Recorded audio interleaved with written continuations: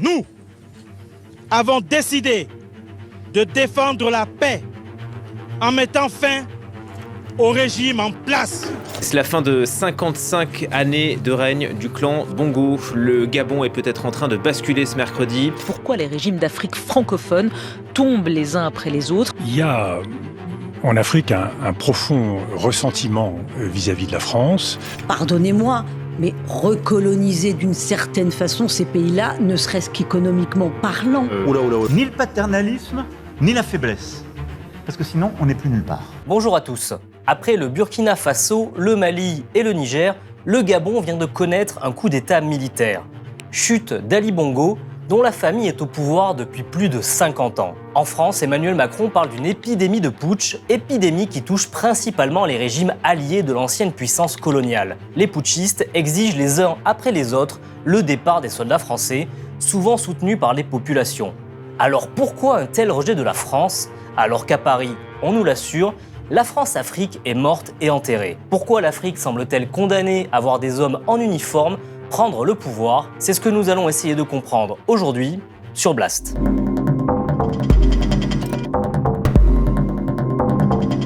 Pour en parler, je reçois Thomas Deltombe. Vous êtes éditeur et vous avez co-dirigé la rédaction de cet ouvrage, Une histoire de la France-Afrique, l'empire qui ne veut pas mourir, paru au Seuil en 2021 et réédité récemment, parce que visiblement, c'était un petit peu d'actualité, la question de la France-Afrique. Et avec vous, je reçois Régis Essonneau. Vous êtes activiste gabonais et membre de l'association Survie. Alors pour les gens qui ne connaissent pas Survie, on pourrait décrire ça comment ? Survie, c'est une association française qui s'est fait connaître pour sa lutte contre la France-Afrique précisément. Donc évidemment, l'un comme l'autre, vous portez un regard critique sur la France et ses relations avec les pays africains. Et ensemble, justement, on va essayer de faire le point aujourd'hui sur ce qui se passe au Gabon et en Afrique francophone avec, et c'est l'un des buts de cette chaîne, faire un pas de côté et inscrire ce qui se passe dans une profondeur historique. En tout cas, on va essayer pour mieux comprendre le présent. Alors je me tourne vers vous, Régis Essonneau. Le 30 août dernier, l'armée gabonaise a annoncé l'annulation de l'élection présidentielle qui donnait Ali Bongo vainqueur. Le Gabon est peut-être en train de basculer ce mercredi. Dans la nuit, des putschistes ont pris la parole. Nous avons décidé de défendre la paix en mettant fin au régime en place, disent-ils. Depuis, ils annoncent qu'Ali Bongo a été placé en résidence surveillée. Ça s'appelle un coup d'État militaire. Est-ce que vous pouvez nous expliquer comment on en est arrivé là ? Mais pour comprendre ce coup d'État militaire, il faut comprendre qu'un quart d'heure avant, il y a eu un coup d'État électoral. Vu que M. Ali Bongo s'est fait proclamer vainqueur d'une élection qu'il ne pouvait pas gagner. Mais pour vraiment bien comprendre toute la séquence, il faut remonter quelques années en arrière. Si je peux faire un peu de rappel historique. Pas trop long. On va remonter à 1967, c'est quand la famille Bongo arrive au pouvoir. Donc c'est d'abord le père Omar Bongo qui prend le pouvoir et qui le garde pendant 42 ans. Il meurt en 2009. Et c'est son fils Ali Bongo qui reprend le pouvoir. Bon, inutile de dire de rappeler que c'était d'abord 42 ans de dictature, pour le dire le plus simplement du monde. Sauf qu'entre-temps, dans les années 90, il y a eu des mouvements de démocratisation qui sont arrivés, où il a fallu donner des formes de démocratie, notamment sous forme d'élections avec plusieurs candidats, d'élections multipartites. Et donc, quand M. Bongo arrive au pouvoir, il est déjà par le biais d'un premier coup de force électoral, en 2009, et qui récidive en 2016. Et 2016, à chaque fois, que ce soit en 2009 ou 2016, à chaque fois, il y a un coup d'État électoral suivi de répression sanglante, meurtrière, donc tuerie de dizaines de personnes qui contestent ces élections frauduleuses. Et 2023, c'est annoncé pour être une répétition de 2009 et de 2016. Et justement, les militaires, quand ils font ce coup d'État militaire, ils le justifient par le fait qu'il faut cesser ce cycle d'élections frauduleuses suivies de répression meurtrière. Donc là, au Gabon, on a l'armée gabonaise qui met fin, a priori, à une véritable dynastie. Absolument. Donc une dynastie qui a quand même régné sur le Gabon pendant près de 56 ans. Et donc ces militaires, par ce biais, en fait, effectivement, font partir le fils Bongo, vu qu'un autre Bongo était en préparation pour prendre la suite. Mais cette opération a mis fin à cette préparation dynastique. Donc maintenant, le nouvel homme fort, c'est un militaire, c'est le général Brice Oligui Nguema, qui a prêté serment cette semaine pour devenir président de transition. Est-ce que vous nous expliquez qui est cet homme ? c'est le chef de la garde républicaine, c'est le nouveau nom de la garde présidentielle, qui est en fait la garde prétorienne des différents présidents de la République gabonaise, donc que ce soit Omar Bongo ou son fils Ali Bongo. Et c'est également un proche de la famille, puisque en tout cas, il est pointé comme étant le cousin d'Ali Bongo. Et il a toujours été dans les coulisses du pouvoir, puisqu'il a été l'aide de camp d'Omar Bongo. Oui, c'est un homme du sérail. Ah non, c'est un homme du sérail, totalement. C'est pas un révolutionnaire à la Che Guevara qui vient pour... Non, c'est un homme du sérail, mais qui a pris à un moment ses responsabilités. En tout cas, tel qu'il présente son coup d'État, qui a eu une période de disgrâce d'une dizaine d'années, mais il est revenu en grâce en 2019, et avant de prendre la direction de la garde républicaine en 2020. Donc c'est clairement quelqu'un du sérail et qui a toujours été dans le sérail. Et là, on sait ce qui va se passer. La transition, c'est un mot un peu valise. Ah ben écoutez, je pense que tout le monde se pose la question. Donc l'histoire est en construction, elle est en cours d'écriture. Alors il se trouve que ce lundi donc, il a prêté serment pour devenir officiellement président de la transition. Donc, elle reste à définir, à écrire. Alors, ce qu'il faut peut-être expliquer, c'est que durant tous les jours qui ont suivi donc le coup d'État militaire, il y a eu toute une série de rencontres avec différents acteurs politiques, société civile et religieux, justement pour expliquer à la fois ce qu'ils veulent faire et ce qu'ils pourraient faire, et expliquer que ça doit être inclusif, que ce sont toutes les composantes du Gabon qui doivent s'impliquer dans la définition de cette nouvelle histoire, de cette transition. Donc là, il reste effectivement à définir la durée, la composition, le contenu de cette transition. Alors, plus globalement, ce coup d'État au Gabon, c'est le dernier d'une série qu'on a connue globalement depuis 2020. Le Mali, le Burkina Faso, le Niger, la Guinée. Donc, Emmanuel Macron, il y a peu, qualifiait ça comme une épidémie de coup d'État qui touchait l'Afrique francophone. Thomas Detton, je me retourne vers vous. Est-ce que ce terme épidémie, quelque chose de contagieux, de néfaste pour un corps sain, est-ce que ça correspond à la séquence qu'est en train de vivre cette partie de l'Afrique ? Non, c'est vrai que c'est intéressant qu'il ait utilisé ce terme épidémie, parce que ça traduit une fois de plus son arrogance et puis une conception assez particulière de la relation franco-africaine, c'est-à-dire que effectivement qualifier les conséquences de la France-Afrique, on reviendra peut-être sur le terme d'épidémie, comme si tout ce qui s'était passé avant était un corps sain, ça pose un problème. Ça témoigne d'une ignorance assez flagrante de l'histoire, à mon avis.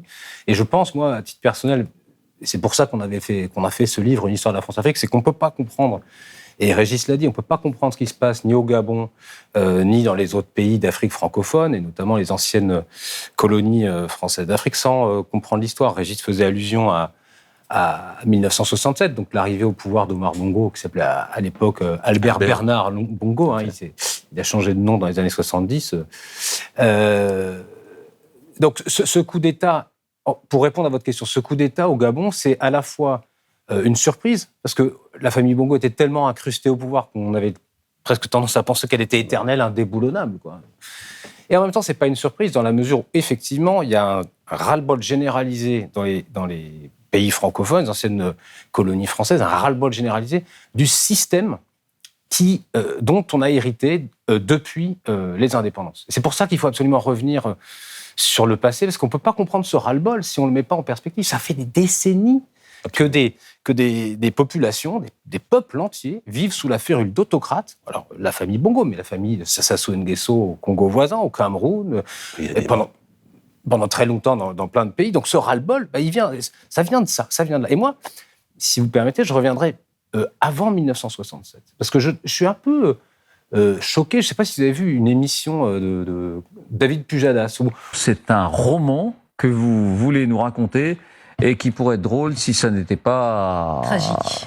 Voilà. On rigolait un peu sur le plateau de « Oh, regardez, Omar Bongo, qui a eu plus d'une 50aine d'enfants, plein de femmes, qui faisaient des enfants aux femmes de ses ministres. Ah, les Africains, comme ils sont rigolos, etc. etc. » 55 enfants. 54, 55 enfants. Oui, mais sauf que Omar Bongo et toutes les dérives qu'on a pu constater pendant son régime, c'est pas la seule responsabilité d'Omar Bongo, en fait. ce type a été installé par la France de façon très claire. Ça a été démontré par les historiens dans les archives. On peut penser à l'historien Jean-Pierre Batte, par exemple, qui a montré exactement comment Omar Bongo avait été placé à la tête du pouvoir à la suite d'un autre type qui s'appelait Léon Mba, qui lui-même avait été placé à la tête du pouvoir et qui est, comme il est mort d'un cancer, la France a remplacé par Omar Bongo.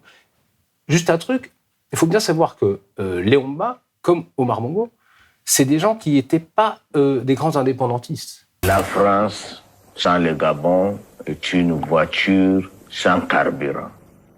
Le Gabon sans la France, c'est une voiture sans chauffeur. Ils se présentent évidemment comme des indépendants. Mais ils n'étaient pas du tout des indépendantistes. Pour preuve, Léon Mba a carrément refusé l'indépendance. Quand le régime gaulliste, en 58-59, a dit « bon, maintenant, on va peut-être passer à l'étape suivante, c'est-à-dire une indépendance en bonne entente, on se comprend ». Et il dit « ah non, moi je veux pas l'indépendance, je veux que le Gabon soit un département français, comme la Guyane ou la Lozère ». C'était quelqu'un de raisonnable. C'était quelqu'un de plus que raisonnable, et tellement raisonnable que... Pas tellement raisonnable, puisque même De Gaulle le trouvait... Alors justement, voilà. Raisonnable au sens pro-français, quoi. Oui. Mais De Gaulle lui a dit « mais non, ça c'est pas possible. Ça se voit un peu trop. On vous a pas proposé ça, on vous a proposé une fausse indépendance, pas une départementalisation. Attention, qu'on se comprenne bien quand même. Et donc c'est la France qui l'oblige à accepter l'indépendance quand même. Donc il faut voir un peu d'où on vient. Et ce pays, et ça je m'arrête là après, mais il faut absolument rappeler que ce pays est un pays stratégique d'un point de vue de ses ressources. Les ressources naturelles du Gabon sont nombreuses. C'est un pays qui a des ressources, qui a eu des ressources pendant très, très longtemps d'uranium.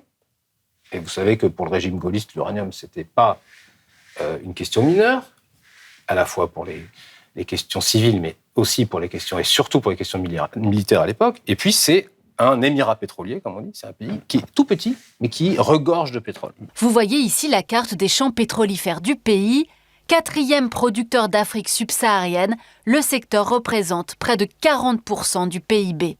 Évidemment, pour la France, qui avait perdu l'Algérie en 1962, donc les ressources pétrolières algériennes, le Gabon devenait un pays extrêmement important pour lui. Donc voilà un peu le contexte historique qu'il faut, à mon avis, rappeler pour comprendre pourquoi les Français ont installé ce type de régime, pourquoi ils l'ont soutenu jusqu'au bout, on pourra rentrer dans le détail si vous voulez, et pourquoi, du coup, les Gabonais, comme beaucoup d'autres Africains, ne supportent plus ni ces régimes, ni, pour revenir à Macron, cette espèce de morgue d'épidémie. Alors oui, épidémie de coup d'État. Simplement, il y a eu des décennies d'épidémies de fausses élections. Petit problème, là. C'est à mon avis là que, finalement, les opposants gabonais, ils sont un peu coincés, en fait. Les démocrates gabonais, on va dire. Tu me corriges. Ils sont un peu coincés entre des élections truquées et des coups d'État. Alors, peut-être pour rebondir sur ce point et revenir également en arrière historiquement. Alors, parfois, on entend, oui, c'est le premier coup d'État au Gabon, etc. Non, c'est faux, hein, c'est absolument faux. Et on entend aussi souvent que, oui, c'est le retour de la démocratie depuis peu. Non, c'est faux. En fait, au début des indépendances, durant les 3-4 premières années, il y avait un semblant de démocratie, avec des partis vraiment installés, etc. Et le coup d'État, il y a eu un coup d'État en 1964. Pourquoi ? Parce que le président de l'époque, M. Léon Mba, était en train de virer dictateur. Les troupes françaises sont intervenues à leur tour au Gabon pour permettre le rétablissement de la légalité au profit du gouvernement du président Léon Mba, arrêté puis destitué hier à la suite d'un coup de force militaire déclenché à Libreville par certains éléments de l'armée gabonaise. Et donc, en fait, il y a une forme de similitude entre le coup d'État d'aujourd'hui et celui de 1964. C'est-à-dire qu'en fait, les militaires sont arrivés pour dire non, là, ça ne va pas. Le président fait n'importe quoi, et donc il faut que ça s'arrête. Alors, la petite différence que eux, ils ont immédiatement remis le pouvoir aux civils. Bon, ça, c'est la petite distinction qui serait intéressant de l'interroger. Mais c'est la France qui a remis en selle le dictateur de l'époque au prix d'un bain de sang. Donc, alors que les putschistes avaient renversé, destitué le dictateur de l'époque, sans tirer un seul coup de feu, comme aujourd'hui, hein, d'ailleurs. Et donc, il y a quand même cette mémoire-là que les Gabonais ont. Et donc, il faut aussi comprendre que quand il y a certaines mauvaises réactions, c'est parce qu'ils ont cette mémoire-là. Du fait que la France, à au moins 2 reprises, a sauvé la mise militairement au dictateur. Donc, d'abord avec Léon Mba en 1964, mais aussi avec Omar Bongo plus tard. Et donc, pour revenir à ce dont Thomas parlait tout à l'heure, sur le fait qu'il y a un ras-le-bol, mais vraiment extrême, des Gabonais. Là, je parle que pour les Gabonais. C'est-à-dire que pour eux, il faut comprendre que, quand même plus de 3/4 de la population a moins de 56 ans, c'est-à-dire la durée de cette dynastie, voilà. Donc ils n'ont connu que Bongo au pouvoir, et il y avait un tel ras-le-bol que n'importe qui pouvait venir du moment qu'il enlevait Bongo. Donc c'est aussi pour ça que l'armée a reçu un accueil extrêmement favorable. Oui, la population soutient ce qui est en train de se passer. Ah non, la question ne se pose pas. La population soutient ce coup de force militaire. Lorsqu'il y a instabilité dans une nation, l'armée se rend du côté du plus grand nombre. Aujourd'hui, notre armée s'est rangée de notre côté. Il y a clairement, si on regarde au niveau de la population, oui, il y a un ressentiment. Donc pour des raisons historiques, avec la fausse indépendance, avec le néocolonialisme qui s'en est suivi pendant des décennies, où de facto c'était la France qui contrôlait vraiment la bonne marche du pays, même si on a mis les formes au fur et à mesure. Mais par contre, pour les élites, il y a vraiment pas ce même sentiment, parce que clairement, la plupart des élites gabonaises, elles sont pro-françaises. Bon, en tout cas, elles ne sont pas anti-françaises, je vais plutôt le dire de cette manière-là, et elles sont elles sont sur une attitude que certains qualifient de réaliste. C'est le mot qui vient souvent, réaliste, pragmatique, de dire que il faut de nouvelles relations avec la France, il ne faut pas remettre tout en question, etc. Et en tout cas, si on regarde la configuration actuelle, tous les principaux acteurs, ça va, ce ne sont pas des menaces pour la France. On va être très clair sur ce point-là. D'ailleurs, dès que il y a eu le coup d'État du 30 août, l'une des premières choses que les militaires ont fait, c'était de rassurer la France. C'est-à-dire que le jour même, quelques heures après, il y a eu des échanges avec le Quai d'Orsay pour dire rassurez-vous, c'est pas contre vous. Donc on va tout préserver. Et d'ailleurs, dès sa déclaration, ils ont bien précisé, dès leur déclaration de coup d'État, ils ont bien précisé qu'ils ne remettraient en cause aucun des engagements du Gabon. Et ils l'ont répété plusieurs fois par la suite pour bien insister sur le fait qu'on n'est pas là pour déranger nos amis français et autres. Et leurs intérêts. Exactement. Donc c'est très clair. Et d'ailleurs, juste pour finir d'une phrase sur ça, on peut remarquer que la France, contrairement au Niger, la réaction n'a pas été la même du tout. C'est-à-dire qu'au début, Madame Colonna, sa première réaction a été de dire on suit avec beaucoup d'attention ce qui se passe là-bas. Enfin, on connaît la phrase habituelle, mais vraiment mais pas plus. Il a fallu que là, ce soit la Chine, quand même, cette grande démocratie que tout le monde connaît, qui appelle au retour à l'ordre constitutionnel pour que la France, cette fois-ci, se dise qu'il faut quand même condamner, quand même, pour la forme. Donc, c'est là que M. Olivier Véran a condamné, et encore de manière molle. La France condamne le coup d'État militaire qui est en cours au Gabon. Et la France surveille avec beaucoup d'attention l'évolution de la situation sur place. Il a juste condamné, mais pas fermement. Non, quand même, c'est important. Oui. Et alors qu'au Niger, les condamnations étaient quand même beaucoup plus fortes. C'est un coup d'État contre un président démocratiquement élu. On a un homme intègre, démocratiquement élu, courageux, et on nous explique que la bonne politique aujourd'hui, ce serait de le lâcher. Non, il ne démissionne pas au péril de sa vie et de celle de sa famille. On parlait d'intervention militaire au Niger. Ah oui, là, à aucun moment on en a parlé. Là, c'est pas le cas. Puis ça a même été proposé. On a lu dans Le Monde un article qui décortiquait le coup d'État au Niger, et la France est allée voir Mohamed Bazoum, le président déchu, et lui a dit, si tu veux, on intervient. Simplement, il faut que tu nous signes un papier. Et lui, à ce moment-là, ça c'est dans la nuit même, je crois, du coup d'État. Lui, je pense qu'il pensait s'en sortir beaucoup mieux. C'était pareil, c'était sa garde rapprochée il s'est dit que ça va s'arranger. Donc, si je rentre dans les valises de la France, ça va pas être bon pour moi, étant donné ce soi-disant sentiment anti-français. Donc, il a refusé. Mais sinon, les Français qui ont aussi 1500 hommes sur place au Niger, étaient prêts à intervenir. Donc là, on est vraiment dans des schémas France-africains, c'est à l'ancienne, quoi. Si tu veux, je te rétablis. En gros, je m'ingère dans tes affaires intérieures et je replace... évidemment, moi, je pense que vous avez prononcé le mot important. C'est la question des intérêts. C'est la question des intérêts. Tous les responsables politiques, tous les présidents français ont toujours dit en Afrique, on défend nos intérêts. D'ailleurs, Macron, dans son allocution devant les ambassadeurs il y a quelques jours, a parlé des intérêts. On va défendre nos intérêts. Après, il a dit on va aussi défendre les valeurs, etc. La démocratie. Évidemment, on défend toujours des valeurs quand on est français, c'est bien, mais bon, en fait, les intérêts, c'est encore mieux, apparemment.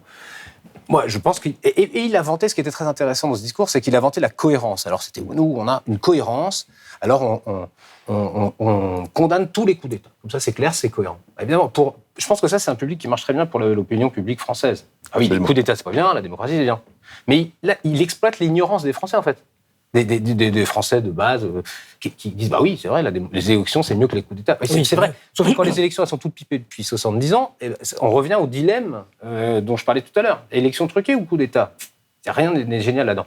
Au fond, il y a, moi je pense, une vraie cohérence dans la politique de Macron, comme de tous ses prédécesseurs, c'est on défend les intérêts de la France. Donc si les coups d'État sont pro-français, ou en tout cas qu'on peut les gérer de sorte qu'ils ne nuisent pas à nos intérêts, eh ben, on les accepte. Alors, on les condamne peut-être pas trop fermement, puis finalement, on finit par les accepter, on envoie l'ambassadeur, et puis on trouve un arrangement.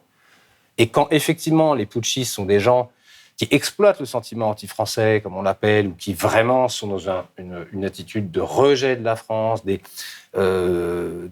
franc CFA, des dispositifs militaires, etc. Donc là, c'est vraiment néfaste pour les intérêts français, en tout cas tels que les perçoivent les élites françaises. Et si, en plus, ils commencent à agiter des drapeaux russes et autres horreurs de ce type-là, alors là... Type le Mali.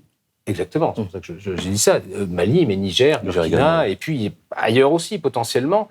Alors là, par contre, on condamne très fermement et au point de possiblement intervenir ou pousser des acteurs africains à intervenir pour défendre des intérêts communs avec d'autres alliés stratégiques qu'on peut avoir en Afrique, la Côte d'Ivoire, en tout cas le président ivoirien, ou en Afrique centrale, le président camerounais, Paul Biya, au pouvoir depuis seulement 40 ans.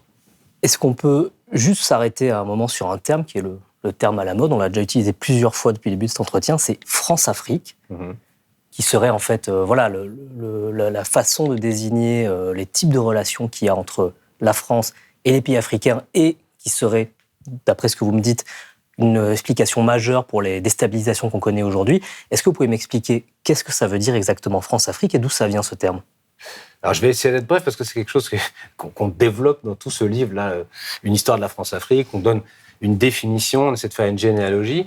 On parle de Félix Houphouët-Boigny, mais en fait, c'est pas vraiment lui. Alors voilà, ça c'est une petite découverte qui, en soi, n'a pas l'air très importante, mais assez intéressante en termes d'historiographie et de chronologie. C'est-à-dire que ce terme, moi, j'ai trouvé la première occurrence que j'ai trouvée de ce terme, c'est le 15 août 1945, le jour de la capitulation du Japon. Donc c'est pas complètement hasard. À la une d'un journal qui s'appelle l'Aurore.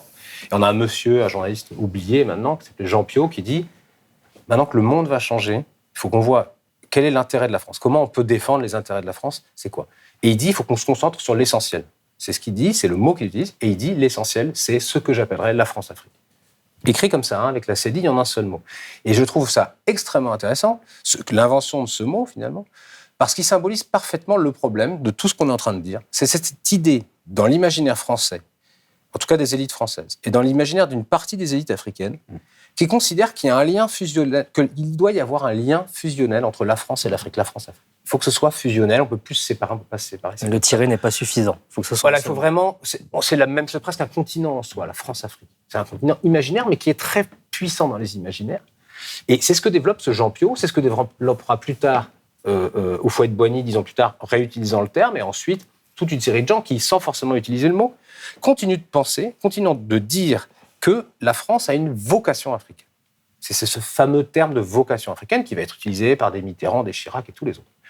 La France a une vocation africaine, contrairement aux autres pays. Les États-Unis n'ont pas une vocation africaine. Les Anglais qui ont colonisé l'Inde et le monde entier, non, ils n'ont pas une vocation strictement africaine. Nous, Français, on a une vocation africaine. Et ça, c'est un truc qui, à mon avis, est pas du tout déraciné dans l'esprit des élites françaises, des élites dirigeantes, des élites économiques. Cette idée vraiment au fond, quoi, avec les Africains, on est un peu, forcément un peu frères, quoi. Donc ils peuvent pas se séparer de nous, et s'ils nous en veulent, c'est injuste. S'ils nous critiquent, c'est injuste. Alors qu'on a été tellement sympas, les Lumières, la Révolution française, on leur a offert tellement de choses. Évidemment, j'ironise, mais au fond, c'est ça. Alors voilà pour vraiment une définition extrêmement rapide de la France-Afrique. On peut détailler un tout petit peu en disant qu'il y a quand même plusieurs facettes de la France-Afrique, et je pense que là, on est au cœur des quiproquos autour de ce mot. C'est-à-dire que pour beaucoup de gens, la France-Afrique, c'est la facette occulte, criminelle, un peu mafieuse des relations franco-africaines. Donc les détournements de fonds, les fameuses mallettes, les barbouzes, les assassinats politiques, tout ce qui est moche, quoi. Mais nous, dans ce livre, on dit non, malheureusement, cette facette-là, qui est critiquable de façon... Je pense que tout le monde peut dire que c'est pas bien. Bon, c'est pas bien. Moralement, c'est pas bien. En fait, elle ne s'explique pas si on ne comprend pas qu'il y a une facette officielle. C'est ce que disait Régis tout à l'heure. Les accords de coopération, les accords monétaires, c'est pas du tout caché, les accords monétaires, le franc CFA. On en a tous les jours dans les mains en Afrique. Ça, c'est officiel. Et c'est pour défendre ces intérêts parfaitement officiels qu'on a mis en place, que la France, les dirigeants français ont mis en place toutes ces structures officieuses et criminelles. Et là, je crois qu'il y a un petit quiproquo. Il y a quelques jours, Madame Colonna, Catherine Colonna, est interviewée dans Le Monde. Et on dirait qu'elle nous répond. Le titre du journal, une, c'est « La France-Afrique est morte depuis longtemps ». Nous, on répond. Nous, notre livre, il est sous-titré « Un empire qui ne veut pas mourir ». On se sent un petit peu interpellé. Et je pense que le quiproquo est là. C'est-à-dire qu'elle, elle sous-entend, elle ne définit pas. Elle ne donne pas de définition du mot dans l'interview. Elle dit « c'est fini ». Elle nous dit quoi ? Qu'est-ce qui est fini ? Est-ce que c'est les mallettes, quelques trucs criminels comme ça ? Peut-être que c'est fini. On verra plus tard. Peut-être que c'est fini. Mais tout le reste, les bases militaires, on en a parlé au Gabon, au Niger, au Sénégal, au Côte d'Ivoire, etc. Le franc CFA, la dette, tous ces mécanismes de domination-là, ils sont toujours là. Donc, et là, je crois qu'il y a un quiproquo, je ne sais pas si tu seras d'accord, je pense qu'il y a entre les élites françaises, notamment les élites, les commentateurs, qui ont dit, bon, la France-Afrique, c'est fini, Madame Colonna a parfaitement raison. C'est un couplet qu'on entend depuis 20 ans. Il ne cesse de le répéter. Et de le promettre. C'est-à-dire que Sarkozy l'avait promis en 2007, Hollande l'avait promis en 2012, Macron l'a promis en 2017. C'est fini. Il a dit de mars dernier que c'était fini. C'est vraiment la rengaine. C'est quelque chose qui ne cesse de mourir, en fait. Ah voilà, c'est l'empire qui ne veut pas mourir.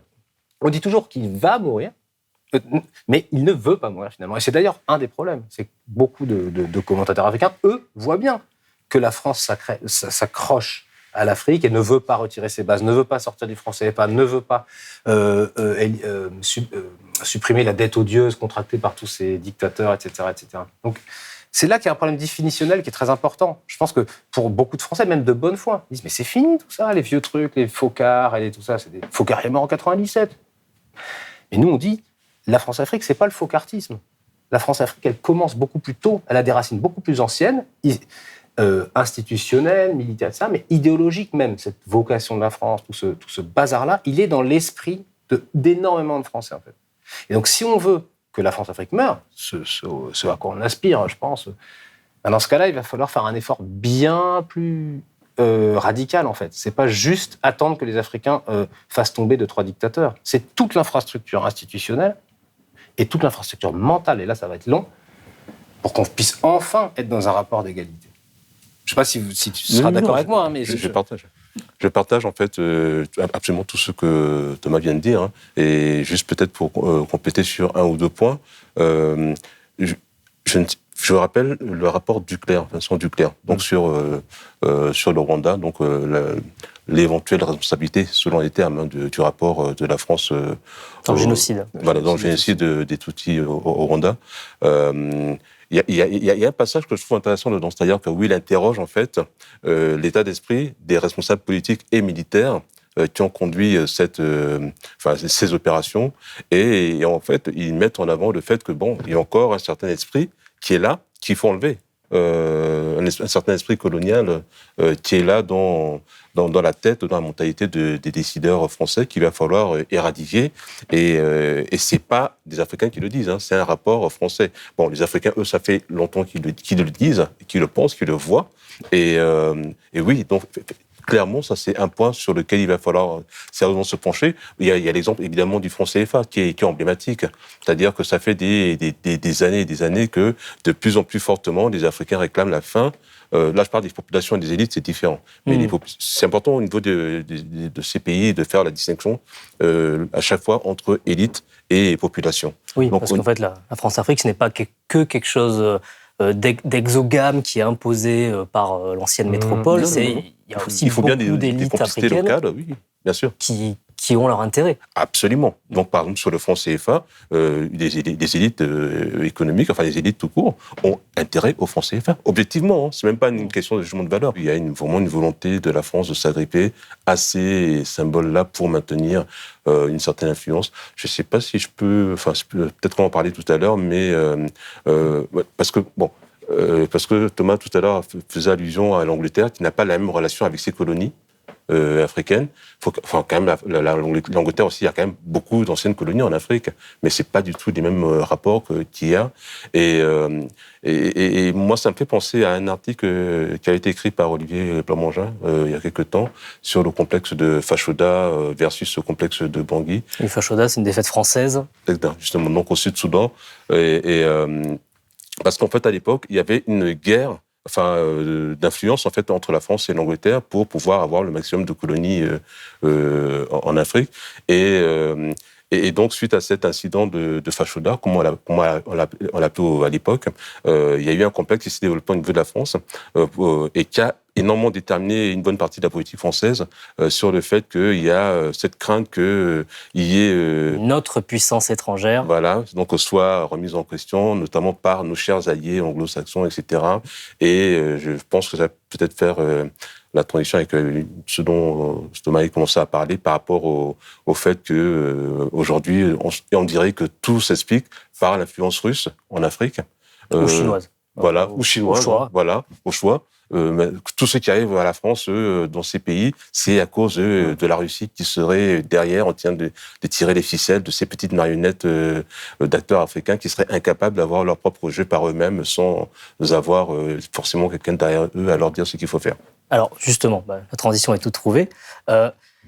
Du côté de Paris, le discours, donc effectivement, on parle de ce sentiment anti-français qui serait, alors évidemment, lié à une histoire commune difficile, mais ce serait surtout lié au terrorisme et à l'ingérence étrangère qui attiserait ce sentiment anti-français. Et donc, on pense évidemment à la Russie, avec la présence du groupe Wagner au Mali et dans d'autres pays. Ça, vous l'avez dit, c'est un peu une vieille rengaine. L'ennemi a changé. À un moment, c'était les Anglais ou les Américains. Il y a eu l'URSS à une époque. Maintenant, c'est plutôt la Chine ou les Russes au choix. Certes, la France, il y a ce discours de la mauvaise ingérence étrangère. Nous, on a la bonne ingérence étrangère et la mauvaise ingérence étrangère. Mais au-delà de la psyché française, il y a quand même des faits qui sont là. C'est que, par exemple, le groupe Wagner est réellement présent au Mali et a remplacé la présence des troupes françaises qui étaient là jusqu'alors. Donc, est-ce que ça, il n'y a pas une part de vérité dans la façon dont la France voit les choses ? Ah bah oui, personne ne nie que la Russie est à l'offensive en Afrique francophone. Ça, c'est clair et net. Au Mali, en Centrafrique, avant, un peu partout où elle peut, y compris sur les réseaux sociaux. Ça, je pense que personne ne le nie, tout le monde le sait. Mais en tout cas, moi, en tant que citoyen français, ce qui m'intéresse, c'est la façon dont c'est instrumentalisé. C'est-à-dire, on a l'impression que tout s'explique comme ça. C'est ça le distinguo qu'il faut faire. C'est que c'est pas parce qu'il y a une réalité que toute réalité s'explique par ce prisme-là. Alors, je crois que vous avez vraiment raison, Régis, comme vous, vraiment raison d'insister sur le fait que c'est vraiment pas nouveau. C'est-à-dire que cette idée de concurrence étrangère, c'est quelque chose qui est consubstantiel à la colonisation. Et d'ailleurs, souvent, ça la justifie. C'est parce que les autres veulent s'ingérer qu'il faut absolument qu'on y aille. Ils sont en train de prendre l'Afrique. C'est pas possible, les Anglais. Alors on y va. Ça justifie auprès de l'opinion publique. Les Soviétiques, à une autre époque, sont en train de s'ingérer en Angola. Donc ça justifie qu'on vraiment tienne nos positions au Gabon, parce que sinon c'est la subversion communiste, etc. Les Américains, parce que les Américains aussi ont souvent été perçus comme des grands ennemis. On parlait du Rwanda tout à l'heure, c'était la fixette de Mitterrand dans ces années, depuis les années 50 jusqu'aux années 90. Pour lui, son grand ennemi en Afrique, c'était les États-Unis. Et c'est pour cette raison je passe les détails, mais pour cette raison qu'il justifiait l'intervention de la France auprès de ceux qui seront les génocidaires au Rwanda. Parce que sinon, en fait, les adversaires, les Kagame, le FPR, je passe sur les détails, étaient perçus par Mitterrand comme des agents américains, finalement, des sous-marins des américains. Donc, cette histoire de concurrence étrangère, elle fait partie de la politique africaine de la France, systématiquement. À mon avis, la question qu'on peut se poser, sans avoir de réponse, c'est quelle est la part, dans quelle mesure c'est déterminant. Et il se trouve que les contestations anti-françaises, donc on regarde l'histoire, y compris récente, elles sont déconnectées de la présence russe. Il y a eu des manifestations au Togo, des centaines de milliers de personnes au Togo en 2017. Absolument. Il n'y avait pas de drapeau russe. Donc c'était bien contre un système france-africain que les manifestants, enfin en tout cas le dictateur togolais, pro-français, et la France qui était derrière, et toute cette histoire dont Et on a Vincent parlé tout à Bolloré. l'heure. Et donc les intérêts français, je veux dire, c'était pas les Russes qui tiraient les ficelles. Et donc, deuxième question, dans quelle mesure la présence des Russes, l'ingérence russe, qui est tout à fait réelle, est utilisée par les Africains comme un instrument? Si l'objectif principal est de virer les Français, pour parler vulgairement, dans quelle mesure on va utiliser les Russes pour faire peur aux Français, on est là, et pour effectivement dégager les Français. Les Français, ils sont incrustés là depuis des décennies. Les Russes, ils pourraient peut-être nous aider, et après, on les dégagera s'il faut. Je pense que c'est un peu ça peut peut-être s'analyser un peu comme la même attitude par rapport aux militaires. Vu de l'extérieur, quand on ne connaît pas bien, on se dit « Ah, mais comment ça se fait que les Africains aiment tant les militaires ?» C'est pas qu'ils les aiment. C'est qu'ils détestent tellement les dictateurs qui sont restés là, qui étaient parfois des militaires d'ailleurs, pendant des décennies, que si on peut trouver un moyen de les virer, vu qu'on n'a pas trouvé d'autres solutions, on va utiliser ce levier-là, en espérant qu'ils ne vont pas s'accrocher à leur tour au pouvoir et rebelote. Ça peut être un pari risqué. Alors justement, c'est un pari, mais le problème, c'est que je pense que quand dans une situation, on est coincé quand on est coincé dans un piège, c'est très dur de s'en sortir. On a compris que les élections, ça ne marchait pas. On a compris que les Français, malgré toutes leurs promesses, finalement, ça ne nous enrichit pas. Ça ne nous aide pas à avoir une société plus égalitaire, plus juste, plus démocratique. Comment on fait? En fait, je pense qu'il faut être très pragmatique. Si Régis Gabonais, donc je pense que pour lui, c'est plus facile de comprendre. Mais pour nous, qui avons vécu une sorte de confort démocratique avec des élections relativement transparentes, pas de coup d'État, etc., je pense qu'on a plus de mal à comprendre. Mais si on se met dans la situation... J'ai vécu, moi, au Cameroun pour une enquête, pour un autre livre. J'ai compris ça, quoi. Quand je discutais avec mes voisins, mes amis, etc., je comprenais qu'en fait, c'est une situation terrible. On a Paul Biya au pouvoir depuis 1982. Toutes les élections sont truquées. Il gagne à chaque fois, nécessairement. Le type a 90 ans maintenant. Et moi, les messages que je reçois, c'est à quand notre tour, on veut des militaires pour dégager Biya. Mais ils sont pas naïfs. Enfin, c'est pas une réaction naïve. C'est-à-dire que c'est pas... parce que ça joue aussi, j'ajoute juste ce truc-là, c'est que tout ce discours français sur oh là là, les Africains, ils aiment bien les militaires et les Russes. En gros, c'est des enfants, quoi. Ils comprennent rien. Nous, et ça laisse un peu penser que finalement, les Africains, ils ont toujours besoin du bon tuteur, le bon tuteur français qui, lui, comprend bien dans quelle peine ils sont. Recoloniser d'une certaine façon ces pays-là. C'est une forme d'immaturité, en fait. Voilà, exactement. C'est vraiment, on reste vraiment dans cette idéologie coloniale des Africains enfants qui auraient besoin d'un tuteur. Regardez, dès qu'on les lâche, ça y est, ils aiment les militaires et les Russes. Il va falloir qu'on revienne. Je pense que je plaisante, mais vraiment, au fond, ça, c'est très très fort. Et alors, non seulement il faut des Français, puis il faut des élites éclairées. Ça, c'est l'autre truc. Alors, il faut des élites africaines éclairées qui vont guider le peuple. Parce que, les Africains, l'Africain de base, vous comprenez, il ne comprend rien à rien. Il est sur les réseaux sociaux et il aime que n'importe quoi, il ne comprend rien. C'est pas vrai. La dernière fois, j'ai écouté Hubert Védrine sur France Inter, c'est typiquement ce discours-là. Je commençais par rappeler qu'ils sont indépendants depuis 60 ans. Ce sont des pays indépendants. Donc ce que la France fait dans ces pays depuis, bien ou mal, à tort ou à raison, c'est à leur demande.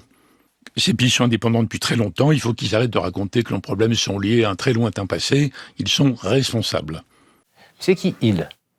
C'est les dirigeants africains ou c'est les peuples africains? Parce que les dirigeants africains, il y en a un certain nombre qui en ont bien profité de ce système-là, il n'y a pas de souci. Mais ils l'ont fait au service des intérêts français et au détriment des intérêts des peuples africains. Et donc le « il » là est très problématique en fait. On ne parle pas des mêmes gens. J'ai esquissé pas mal de pistes, mais je pense aussi qu'il y a vraiment il y a ces différentes dimensions dans cette espèce de narratif, comme on dit maintenant, autour de la Russie, de la démocratie en Afrique, etc. Ça conjugue au final une très lourde idéologie coloniale dont il faut qu'on sorte. Je le répète. Alors, j'avais une question, puisqu'on a prononcé le mot intérêt plusieurs fois dans cet entretien, les intérêts français, qui serait en fait la façon de comprendre la volonté de la France de faire perpétuer ce système france-africain. Est-ce que ces intérêts ils sont seulement économiques? Parce qu'on a une vision qui est peut-être un peu simpliste, qui est la France, on aime l'uranium, le pétrole, l'or. En Afrique, il y en a plein, donc on va y aller, on va se servir. Mais il y a sans doute, à certaines époques, c'était sans doute vrai. C'était aussi une réserve d'hommes. qui a dû être bien pratique après la guerre. Mais maintenant, dans la France d'aujourd'hui, je suis allé chercher un peu des chiffres chez des gens très sérieux, les Échos par exemple. Le continent africain, dans son ensemble, ne représente plus qu'environ 5% du commerce extérieur français. Et les 15 pays de la zone franc, c'est 0,6%. Donc, est-ce que, quelque part, cette volonté qui a un coût, l'opération Barkhane, les différents maintiens, ça coûte des milliards à la France, est-ce que, même d'un point de vue un peu cynique, est-ce que le coût-bénéfice est réellement là, ou est-ce qu'il y a quelque chose de beaucoup plus symbolique d'impensé de la France qui se raccroche à des symboles de pouvoir qu'elle n'a plus vraiment, de l'époque où elle était une superpuissance? Moi, je suis tout à fait d'accord avec ça.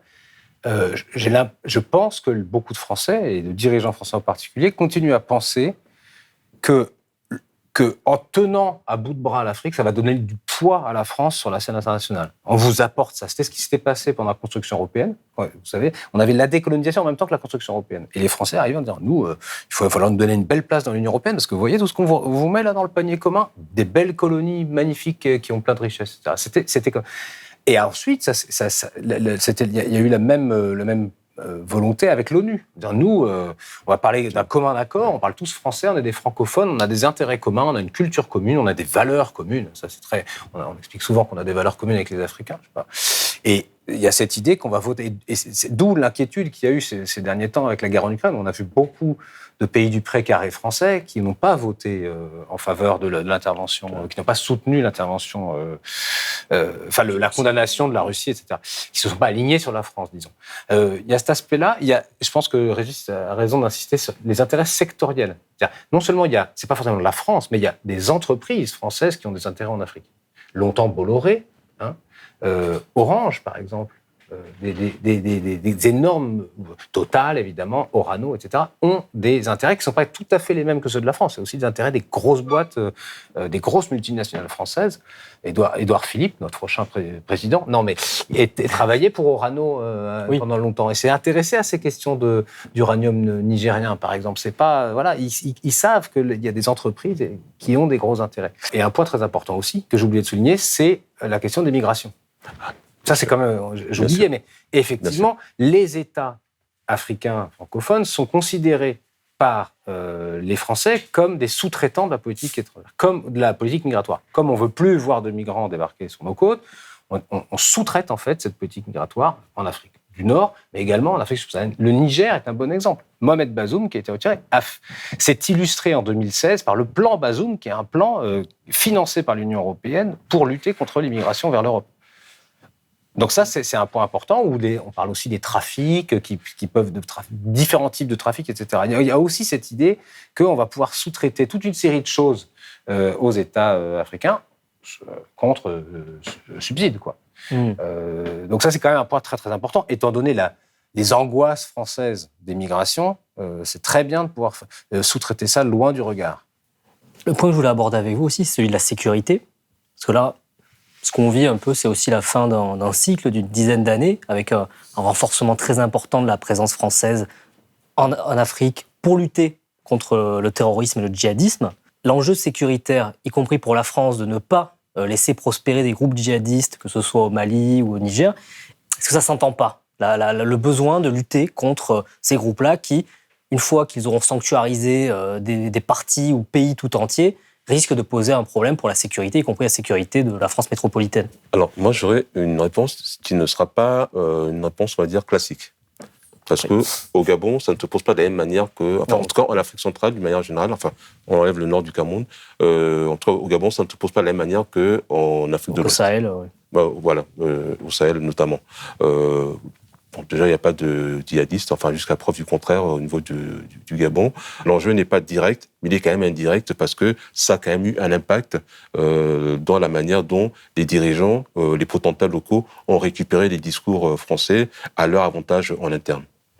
Et ça leur a également servi dans leurs relations internationales, notamment avec la France, puisque à un moment où M. Bongo était en délicatesse au niveau international, il a utilisé cette thématique-là de la lutte contre le terrorisme pour pouvoir s'attirer les bonnes grâces, notamment de la France, mais également de l'Europe, pour pouvoir être en selle, se remettre en selle sur le plan diplomatique, alors que pratiquement, de par sa position géographique, encore une fois, le Gabon n'avait pas grand-chose à offrir. Pas directement menacé par ces problématiques-là. Voilà. Le cas le plus emblématique, c'est le Tchad, quand même. Le Tchad, où Emmanuel Macron allait adouber le nouveau potentat, le fils du précédent, en 2021, sous prétexte de lutter contre le terrorisme, puisque l'armée tchadienne fait partie de l'infrastructure sécuritaire française en Afrique. Donc on a dit, pour lui, c'est un coup d'État constitutionnel, mais bon, on connaît tous les coups d'État, mais quand même pas vraiment tous, parce que celui-là, on a besoin de ces bonhommes-là à la tête du pays. Le problème fondamental, c'est appeler la France à venir régler ce type de problème, c'est appeler un peu le responsable à venir régler un problème. Si le djihadisme, en grande partie, a pu se développer dans ces zones, c'est parce qu'il y a eu une intervention française en Libye, pas que française, mais en Libye, qui a eu des conséquences énormes sur la région, sur une région dont les États sont eux-mêmes affaiblis par 50 ans ou 60 ans de dépossession de souveraineté. Donc on se retrouve avec des États qui sont super affaiblis face à des groupes armés qui sont surarmés, et le tout, en fait, dans les deux cas, il y a une responsabilité française qui n'est pas du tout totale, qu'on me comprenne bien, mais qui est quand même lourde. Et donc évidemment, rappeler les Français, ou en tout cas que les Français se rappellent et s'installent à nouveau en 2013 pour l'opération Serval au Mali, ça pose quand même un sérieux problème. C'est-à-dire que alors les Français n'arrêtent pas de dire, les responsables français n'arrêtent pas de dire, nous on essaie d'africaniser notre politique, on essaie de faire venir d'autres puissances, mais sauf que d'autres puissances étrangères, donc européennes, américaines, pour venir intervenir. Mais les autres disent, le problème c'est que votre politique africaine, globalement, on n'a pas trop envie, en fait, vu ce que vous avez fait toutes ces dernières décennies, on n'a pas forcément vraiment envie de s'associer à vous, parce qu'on a toujours l'impression de se faire manipuler pour vos propres intérêts. Donc, moi, je ne suis pas un spécialiste de ces questions-là, mais quand même, je pense qu'il y a un énorme problème et qu'on est en fait les plus mal placés pour venir intervenir dans ce genre de pays. Il faut être conscient du fait que, tout à l'heure on parlait de Rano, Thomas parlait de Rano, il faut être conscient du fait que la parole de la France en Afrique, elle est radioactive, mais vraiment. C'est-à-dire qu'il y a un tel rejet de cette parole que souvent, certaines prises de position de la France sont vraiment contre-productives. Et par exemple, on reprend l'exemple du Niger. Il faut quand même se rappeler qu'au tout début du putsch, les soutiens n'étaient pas si évidents que ça pour les putschistes. Les toutes premières manifestations, c'était pas pour les soutenir. Je parle vraiment des toutes premières. Et même l'armée ne s'est pas ralliée tout de suite à ce putsch. Et en fait, ce sont en fait les différentes prises de parole de la France qui ont énormément contribué à créer un élan populaire autour des putschistes. Alors, je suis incapable de dire si la population est vraiment aujourd'hui majoritairement derrière. On sait que les grandes villes, oui, clairement, pour les grandes villes, mais pour les milieux ruraux, c'est plus, ça se discute plus. Mais ce qui est sûr, c'est que on a vu en fait au fur et à mesure des personnes se manifester de plus en plus leur soutien aux putschistes du fait des prises de position de la France et du fait et comme la population se manifestait de plus en plus en faveur du putsch, ça a conduit même certains pays à revoir leur position. Et même d'une manière générale, je vois les positions du président français. Je n'arrive pas à les comprendre. C'est-à-dire que d'un point de vue rationnel, c'est-à-dire quand je vois la défense des intérêts, etc., je me dis, mais non, si tu veux que les acteurs locaux te suivent, faut pas dire ça, c'est pas possible. J'ai lu des tribunes qui nous expliquaient, n'en faites pas trop, ça devient dangereux. Ça devient dangereux. Non, on doit être clair, cohérent. Cohérent. Sinon, qui nous écoutera ? Et oui, et en fait, la seule explication que je trouve, après c'est contestable, mais en soi, la seule manière dont j'arrive à expliquer ça, c'est qu'il est plus dans une logique de politique intérieure que de politique internationale. C'est-à-dire qu'il est plus dans une logique d'envoyer des messages à certains pans de lectorat ici en France, plutôt que d'être dans une logique vraiment, je dirais, rationnelle, d'un président qui essaye quand même de préserver de la meilleure des manières les positions françaises. Les Français, les responsables français n'arrêtent pas de dire ça y est, c'est fini, on tourne la page, regardez, c'est l'indépendance, on tourne la page. De gauche, de droite, en même temps. Vraiment, il y a ce qui est bizarre. Oui, c'est pas bizarre du tout, d'ailleurs, ça s'explique, mais passons. En tout cas, il y a vraiment cette idée que Là, c'est du passé, y compris chez les analystes d'ailleurs, qui à posteriori disent « Ah là, il y a vraiment une page qui s'est tournée à la fin de la guerre froide. Ah là, quand Sarkozy est arrivé, c'était la première fois qu'il y avait quelqu'un qui n'avait pas connu la colonisation. Là, on est vraiment passé à une autre époque. » etc., etc. Regardez comme Hollande, en 2013, a été accueilli. Regardez, ça, c'est une nouvelle époque. Là. Bon, on a toujours une nouvelle époque, mais en réalité... Et on a toujours cette idée qu'il y a une rupture avec le passé. Bon, maintenant, on a tourné la page, revenons à des partenariats. Bon, on a tout un discours, une novlangue un peu du management international autour de la rupture. Nous, ce qu'on constate, que ce soit dans les archives ou dans la littérature de toutes ces époques, c'est qu'en réalité, tous ces gens ne cessent de dire que ça change pour que ça ne change pas. Ne cessent de dire que la France-Afrique est morte pour qu'elle continue. Ne cessent de mettre en œuvre des réformes qui, comme toute réforme, n'ont pas pour but de tuer quelque chose, mais de poursuivre quelque chose. Quand on réforme quelque chose, ce n'est pas pour le tuer, sinon on le tue. On dit, voilà, c'est fini, on enlève les bases. Non, on révolutionne. Voilà. Donc, on parlait tout à l'heure du franc CFA, l'exemple du franc CFA est typique. Macron, en 2019, s'invite à Abidjan, en Côte d'Ivoire, pour annoncer une réforme du franc CFA. C'est dans la presse, immédiatement, le lendemain, tous les journaux français, la fin du franc CFA. Bam. Nous, on regardait ça avec effroi, avec effarement, en tout cas. Déjà, le gars qui se pointe à Abidjan pour annoncer lui-même, le français, qui dit « Bon, les amis, je vais réformer le franc CFA avec mon ami, comment vous appelez ?» Bon, c'est incroyable, quoi, comme posture. C'est une posture complètement impériale, donc ça contredit complètement son discours. Maintenant, c'est fini, etc. Et en plus de ça, cette réforme, c'est une réforme avec plein de guillemets. C'est-à-dire qu'en fait, le franc CFA est toujours là. On a réformé ce qu'un certain nombre de responsables appelaient les irritants, ce qui embête les Africains. Mais par contre, on garde le socle. C'est toujours un peu cette même logique. C'est-à-dire, on change un petit quelque chose pour pas que tout s'écroule. Et ça, c'est vraiment quelque chose qui, depuis 70 ans, se perçoit dans toute l'histoire longue des relations franco-africaines. Lisez le Figaro, j'imagine que vous lisez le Figaro tous les jours. Tous les matins. Et il y avait une fois de plus une une sur ces sujets. Il y avait un éditorial en une qui était « Il faut absolument rompre ostensiblement avec la France-Afrique ». Et en fait, on ne comprenait pas, c'est extrêmement ambigu, mais du coup très intéressant, on ne comprend pas s'il faut rompre avec le mot France-Afrique, arrêter de nous bassiner avec le mot France-Afrique, ou est-ce qu'il faut rompre avec le système France-Afrique, ce qui est très drôle. Et à la fin, ça se terminait exactement sur cette note-là. Il faut qu'on lâche quelques petits trucs pour garder l'essentiel à long terme. Et on revient à notre définition de 1945 sur la France-Afrique. Comment faire pour garder notre influence dans le monde ? Il faut se focaliser sur l'essentiel, c'est-à-dire notre relation franco-africaine, France-africaine, etc. Si ce système a su, à ce point, perdurer et à chaque fois s'adapter à la conjecture, est-ce que cette vague de putsch, est-ce qu'on peut être optimiste pour que ça apporte un changement et un changement souhaitable pour les Africains, ou est-ce qu'il y a quand même assez peu de chances que du bon ressort de tout ça ? On est dans le futur, là. Mais le bon, qui le définit ? Le bon selon quel point de vue ? Le bon pour les peuples africains. Alors, après, bon, comme on l'a dit dès le départ, les situations sont extrêmement différentes. Bon, dans le cas du Gabon, il s'agissait en fait de mettre fin à une dynastie. Après, on va voir si le fait d'avoir écarté cette dynastie va changer les choses profondément au niveau du Gabon, déjà pour eux-mêmes, mais également dans le cadre des relations avec la France.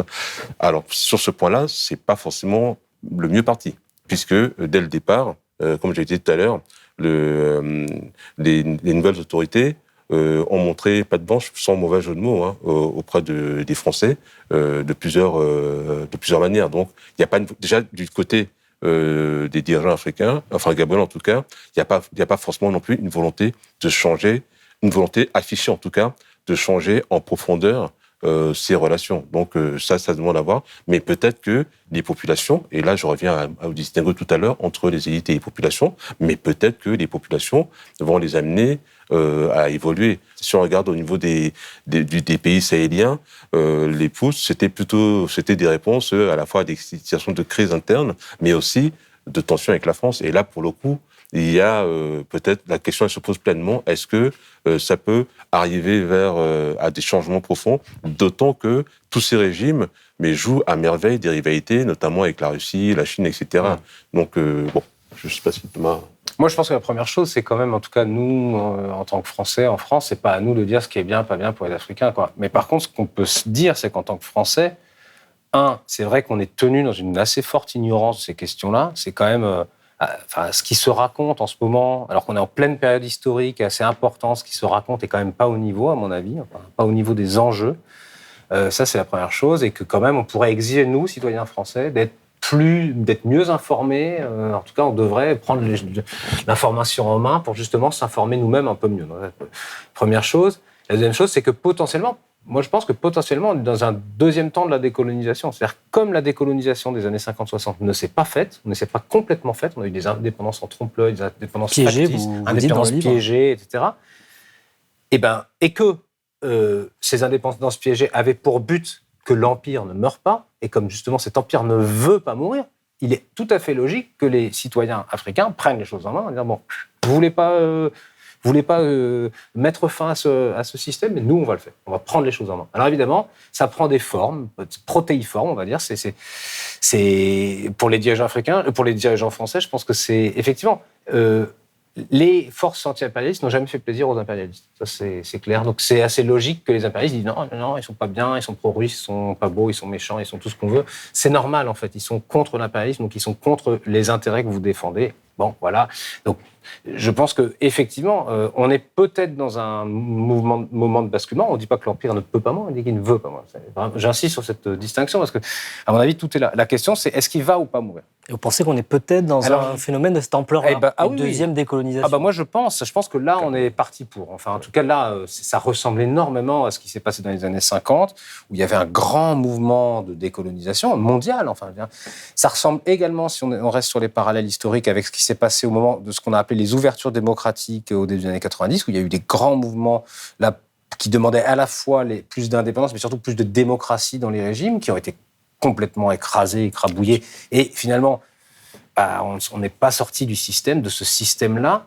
Et là, on est clairement dans un registre de cette ampleur-là. Alors la question, c'est de savoir comment les acteurs vont orienter le cours de l'histoire. Je me souviens, en vous parlant là, d'une archive que j'avais vue de Pierre Messmer, un personnage très important qui a été Premier ministre après. Il disait il faut qu'on canalise le processus de décolonisation. Donc la question, c'est de savoir est-ce que les dirigeants français vont réussir à canaliser le mouvement, voire à le retourner pour continuer ce système, ou est-ce qu'ils ne vont pas y arriver ? Ils vont le tenter, c'est sûr. C'est normal, c'est légitime, c'est logique, ça fait partie de la logique de l'histoire, on défend ses intérêts. Bon. Mais est-ce qu'ils vont y arriver ? Est-ce que les peuples africains vont réussir à arracher tous ces pans de souveraineté qui leur ont été déniés, volés depuis 70 ans ? Monétaire, sécuritaire, économique, culturel, etc. Est-ce qu'ils vont réussir à enfin arracher ces pans de souveraineté ? Il ne faut pas attendre que les Français les donnent. Les dirigeants français ne les donnent pas. Bien sûr que non. Voilà, donc ça, je crois que c'est une logique de l'histoire. Je ne sais pas ce que ça donnera, j'ai hâte d'en savoir plus, quoi. Je ne suis pas convaincu que la France ait pris la mesure de ces choses-là. Elle a encore une grille de lecture des années, du XXe siècle, en fait. Mais vraiment, quand j'entends certains discours d'aujourd'hui, j'ai l'impression d'être quand j'étais encore gamin. Donc je suis plus tout jeune, je peux vous le dire. Et ça m'étonne que des personnes, notamment des responsables français, qui sont quand même du XXIe siècle a priori, soient encore aussi rétrogrades dans leur manière d'analyser les relations avec les pays africains.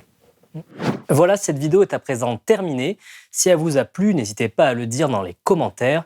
À Blast, évidemment, tous les sujets nous intéressent, mais on est toujours tenu par les cordons de la bourse. Ce qui fait souvent les frais de ces limitations, c'est l'international, alors qu'on a très envie de vous en parler. Donc si vous le pouvez, n'hésitez pas à nous soutenir financièrement sur blast-info.fr. Moi, je suis très content de vous retrouver après la pause estivale et je vous dis à très bientôt pour une prochaine vidéo.